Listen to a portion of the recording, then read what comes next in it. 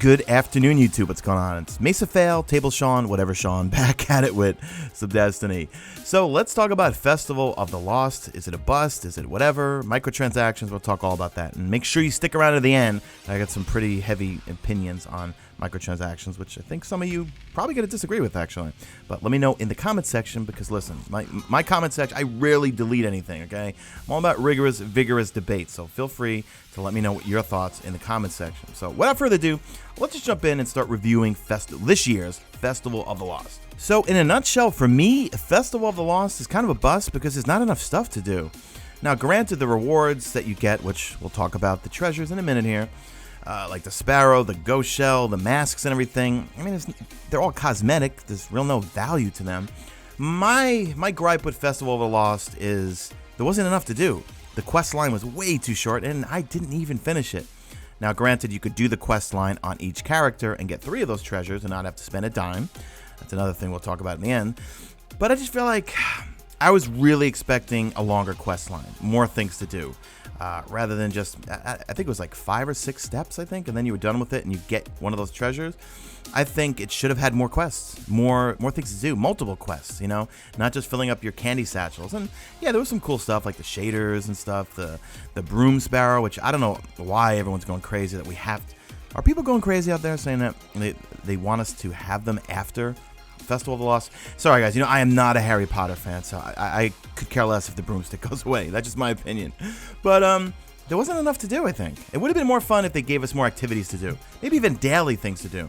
You know, they set it up to 2 weeks to complete all this, and you could do it in literally, I don't know, 20 minutes, 30 minutes. You could do the whole quest line. I feel like it should have been like a daily thing, you know, like do different things every day. I don't know, you know, go to the Court of Oryx every day and do something with a mask on. Maybe for us people that like to raid out there, go do one of the old raids with the Oryx mask on. Go do an old raid with the Crota mask on. Something like that, Atheon, I don't know. Just more things to do. That was my gripe with it, is that there just wasn't enough to do. And it was kind of like last year for me. I really didn't do much in the Festival of the Lost. I kind of tapped out. Sparrow racing, on the other hand, that's something I'm really looking forward to. And I liked Sparrow racing last time. I really hope they make it better this year. And I'm kind of hoping that this Festival of the Lost is not a blueprint for what Sparrow racing is going to be like. Meaning, most of the stuff, which we'll start talking about, most of the stuff is pretty much gated by buying these treasures. All right, so now here's where it's going to get ugly. Let's talk about microtransactions and the treasures. So I spent about $40, which is obviously more than the expansion itself. And I got what I wanted. I got the ghost shell, I got the sparrow, I got whatever. Oh, and the 2 ornaments for bad juju. So there was a lot of you guys that tweeted me on Twitter that you spent even more money than that and didn't get the things you wanted. That's a problem. I don't think that the stuff in the treasures should be random. Now, granted, I know Activision with Call of Duty, they have those advanced supply drops, whatever you call them, and it's like basically a slot machine. You roll it.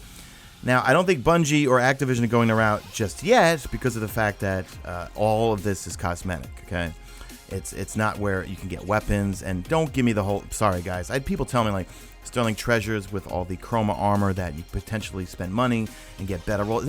Stop it. Is that really going to make you better in PvP? Stop it. A friend of mine spent like $100 on chroma stuff, and all the rolls he got on the gear was piss poor in his actual words, okay? So I still think that's not crossing the line. If they ever do something where you can get weapons and stuff out of the any type of consumable treasures, whatever, this and that, then it would be an issue for me. So let me backtrack a little bit to when where I said I spent $40 to get the treasures, and I'm sure a couple of you might have been triggered out there. Who are you to tell me where to spend my money? I don't tell anyone else where to spend their money. If these types of microtransactions bring me entertainment, they bring me happiness, no one's gonna tell me how to spend my money. I don't tell you how to spend your money. It reminded me when last week I jumped into, I have a friend who's new to Destiny, and I jumped in because him and his friends, they were trying to do the raid, and I casually brought up to them, because I didn't know any of them, I was like, so you guys enjoying Festival of the Lost? You know, did you get any of the treasures? And instantly this guy launched into an attack on me, going, no man, I don't support microtransactions, man. You support microtransactions, you support da-da-da-da-da. First off, pardon my French, who the fuck are you to tell me how to spend my money? If I want to spend my money and roll the dice on these things that are just cosmetic and some of these silly consumables, that's my prerogative. I don't go to I don't tell anyone else how to spend their money. And for the whole thing, which is like your microtransactions are the devil and this and that. Look, in my opinion, coming from the corporate world, you know, being in medical device capital equipment sales, in my opinion, and I'm generalizing here, everybody wants everything for free. Now, granted, is it taking advantage of people? No, I really don't think so. I think you have the choice whether to spend your money or not. Now, that changes a little bit, I think, if it's someone that's maybe a little bit younger and they maybe have access to their folks' PayPal account and they can go in there and blow a whole bunch of money. The lottery system, I think, is kind of silly. When you open up the treasures, it's a random chance of getting something. That, I think, should be changed. If you want a ghost shell, you should be able to go in and just buy it at a certain price. If you want the sparrow, go in, buy it at a certain price.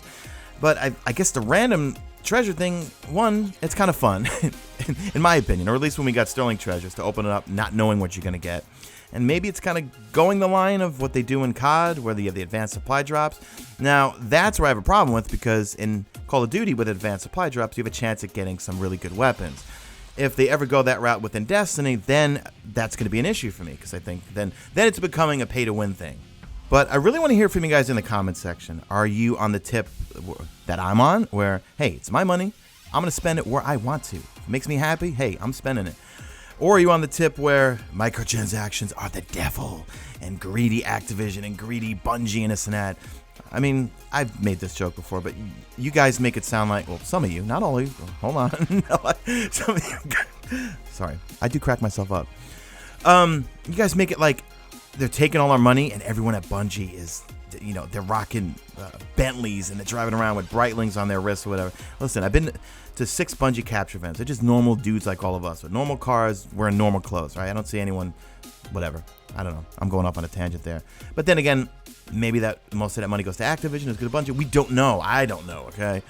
But let me know in the comment section which tip you are on when it comes to microtransactions. What's your opinion of it? And I'll comment briefly on Trials. Trials was awful. I'm sorry. I hate any Inferno game mode.